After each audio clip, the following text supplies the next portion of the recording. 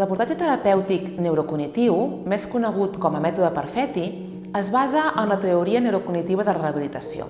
Aquesta proposa, com a hipòtesi de treball, el fet que la qualitat de la recuperació depèn dels tipus de processos cognitius que s'activen, com l'atenció, la memòria, el llenguatge, la imatge mental, i a més també de la modalitat en la qual s'activen. Aquest tipus d'abordatge s'ha relacionat habitualment per la recuperació de persones amb alteració neurològica i en concret que tinguin hemiplegia. Sabies que aquest tipus d'abordatge neurocognitiu és indicat també en el tractament d'afectacions traumatològiques?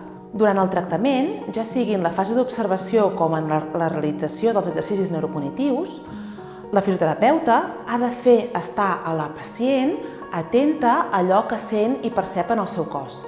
S'indaga sobre com viu la seva lesió, se li pregunta per les sensacions que nota a la zona, es valora i s'incideix en com parla la pacient d'aquella part del cos.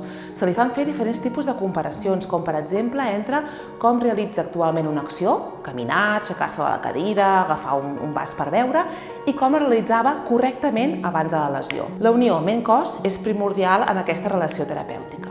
Podeu pensar i preguntar-vos, però, què té a veure la memòria del pacient amb una fractura del canell mentre l'estem tractant? O la intenció i la motivació que té per fer aquell gest? I per què ha de ser important cap on dirigeix l'atenció quan es tracta de guanyar força? Cal tenir presents 3 punts fonamentals de la teoria neurocognitiva per poder entendre això.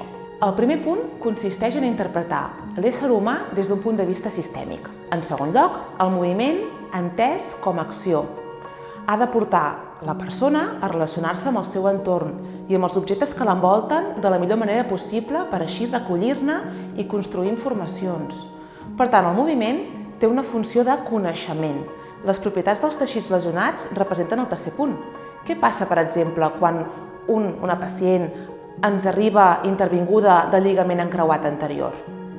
Més enllà de la seva funció mecànica de sosteniment, en el lligament hi haurà una alteració de la funció cognitiva, de transmissió d'informació, i aquesta depèn de la integritat i del bon funcionament dels teixits, com els lligaments, els tendons, els músculs.